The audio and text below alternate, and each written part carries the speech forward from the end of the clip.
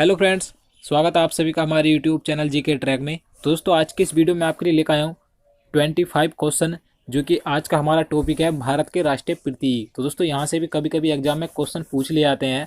तो दोस्तों, आपके लिए ये 25 क्वेश्चन देखना बहुत ज़रूरी है, क्योंकि यहाँ से कभी कभी इस प्रकार क्वेश्चन पूछ लिए जाते हैं, जैसे कि भारत का राष्ट्रीय गान सर्वप्रथम कहाँ गाया गया था, या भारत का राष्ट्रीय गीत के रचयिता कौन है। तो इस प्रकार के क्वेश्चन पूछ लिए जाते हैं, तो आपको इसके बारे में पता होना चाहिए। तो इसलिए वीडियो को बिना स्किप किए अंत तक पूरा देखते रहिए।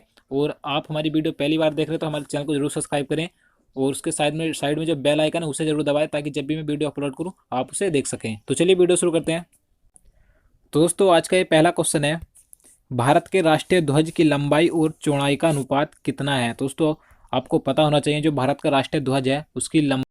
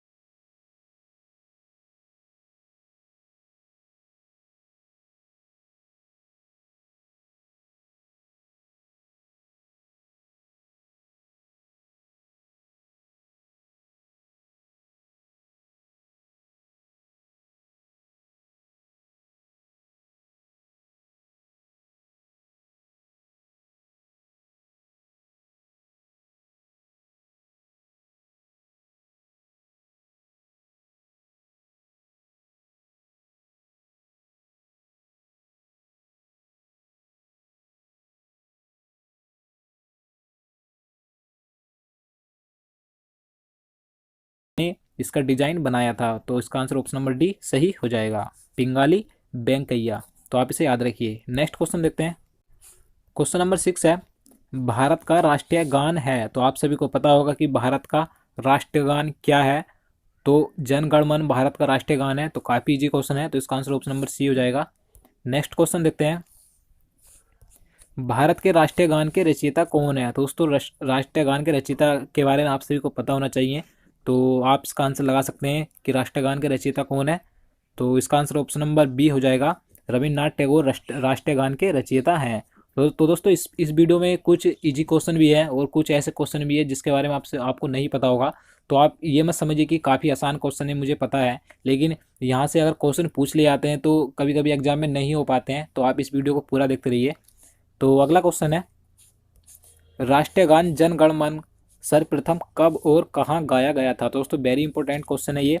इसमें पूछा गया है कि जो राष्ट्रीय गान है सर्वप्रथम कब और कहाँ पर गाया गया था, तो ये पूछा गया है। तो इसका आंसर ऑप्शन नंबर ए हो जाएगा, 1911 में सर्वप्रथम कलकत्ता में राष्ट्रीय गान गाया गया था। तो आप इसे याद रखिए, 1911 ईस्वी में कलकत्ता में ये गाया गया था। तो वेरी इंपॉर्टेंट है ये। अगला क्वेश्चन देखते हैं। क्वेश्चन नंबर 9 है, भारत के राष्ट्रीय गान जन गण मन को संपूर्ण रूप में गाने में कितना समय लगता है। तो दोस्तों, आपको पता होना चाहिए कि जो भारत का राष्ट्रीय गान है जन गण मन, उसे संपूर्ण रूप में गाने में कितना समय लगता है। तो 52 सेकंड का समय लगता है। तो इसका आंसर ऑप्शन नंबर बी हो जाएगा, 52 सेकंड। अगला क्वेश्चन देखते हैं, भारत का राष्ट्रीय गीत क्या है। तो आप सभी को पता होगा भारत का राष्ट्रीय गीत क्या है, वंदे मातरम भारत का राष्ट्रीय गीत है। तो इसका आंसर ऑप्शन नंबर सी हो जाएगा, वंदे मातरम। क्वेश्चन नंबर 11 है, भारत के राष्ट्रीय गीत के रचयिता कौन है। दोस्तों, जैसे कि मैंने आपको पहले बताया कि भारत के राष्ट्रीय गान के रचयिता कौन है, तो बंकिम चंद्र सॉरी रविन्द्रनाथ टैगोर राष्ट्रीय गान के रचयिता हैं। लेकिन यहाँ पर पूछा गया है राष्ट्रीय गीत के रचयिता कौन है। तो राष्ट्रीय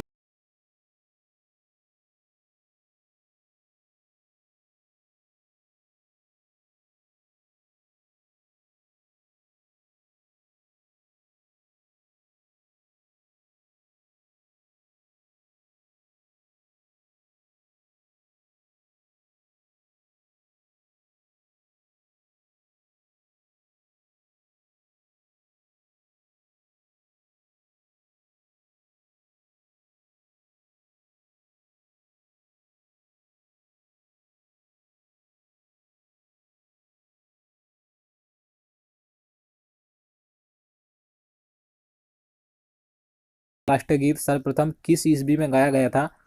तो 1896 ईस्वी में गाया गया था सर्वप्रथम। तो इसका आंसर ऑप्शन नंबर बी हो जाएगा, 1896 ईस्वी में। अगला क्वेश्चन देखते हैं, भारत का राष्ट्रीय गीत वंदे मातरम किस ग्रंथ से संकलित है? दोस्तों वेरी इंपॉर्टेंट क्वेश्चन है ये। क्वेश्चन नंबर 14 है कि जो भारत का राष्ट्रीय गीत है वंदे मातरम, वह किस ग्रंथ से संकलित है? तो इसका आंसर ऑप्शन नंबर डी हो जाएगा, आनंद मठ में इसका संकलन किया गया है राष्ट्रीय गीत वंदे मातरम का। तो इसका आंसर ऑप्शन नंबर डी हो जाएगा, आनंद मठ। अगला क्वेश्चन देखते हैं, क्वेश्चन नंबर 15 है, आकाशवाणी और दूरदर्शन के दैनिक कार्यक्रमों की शुरुआत किससे होती है? तो दोस्तों इस क्वेश्चन में पूछा गया है, जो आकाशवाणी और दूरदर्शन के दैनिक कार्यक्रम होते हैं उनकी शुरुआत किस धुन से होती है?